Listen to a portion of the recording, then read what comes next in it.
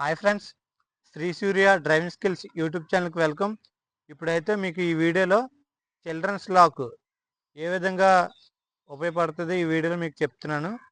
ఇప్పుడు కూడా మీరు కార్ డ్రైవింగ్ చేసేటప్పుడు మీరు ముందున కూర్చొని డ్రైవింగ్ చేస్తే వెనకాల పిల్లలు కూర్చునేటప్పుడు వాళ్ళు సడన్గా డోర్ ఓపెన్ చేస్తారేమో అని చెప్పి మీకు భయం ఉంటే ఈ చిల్డ్రన్స్ లాక్ అనేది మీకు బాగా ఉపయోగపడుతుంది.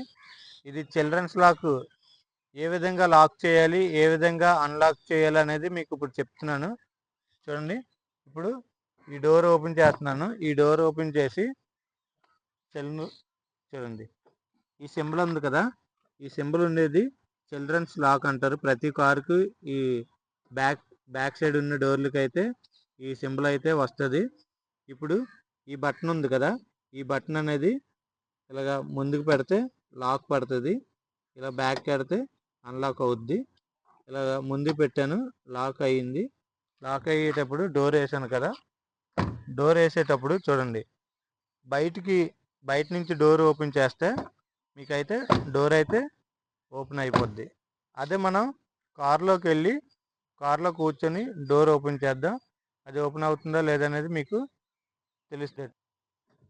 చూడండి, ఇగో డోర్ ఓపెన్ చేస్తున్నాను కానీ డోరు ఓపెన్ అవ్వట్లేదు. ఈ లివర్ ఇరిగిపోవడం తప్ప మనకైతే లోపల నుంచి అయితే డోర్ ఓపెన్ చేస్తే డోర్ అయితే ఓపెన్ అవ్వదు అనమాట.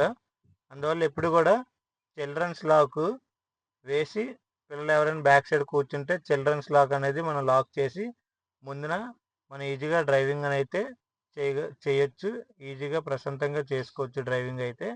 ఇప్పుడైతే నేను మళ్ళీ డోరు బయట నుంచి ఓపెన్ చేస్తాను చూడండి, అంటే లోపల నుంచే చేయి పెట్టి బయటకు వస్తుందో రాదని మీకు ఓపెన్ చేస్తాను చూడండి. చూసారా, ఓపెన్ అయింది. మళ్ళీ క్లోజ్ చేశాను, మళ్ళీ ఓపెన్ చేస్తే ఓపెన్ అవ్వట్లేదు. ఓకే, మళ్ళీ బయట నుంచి తీస్తే ఓపెన్ అవుతుంది. మళ్ళీ లాక్ వేస్తే మళ్ళీ డోర్ వేసాక లాక్ ఓపెన్ చేస్తే లాక్ అయితే ఓపెన్ అవ్వట్లేదు.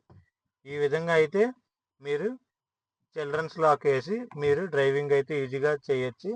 మా వీడియో నచ్చినట్లయితే మా ఛానల్ లైక్ చేయండి అండ్ షేర్ చేయండి, సబ్స్క్రైబ్ చేసుకోండి ఫ్రెండ్స్.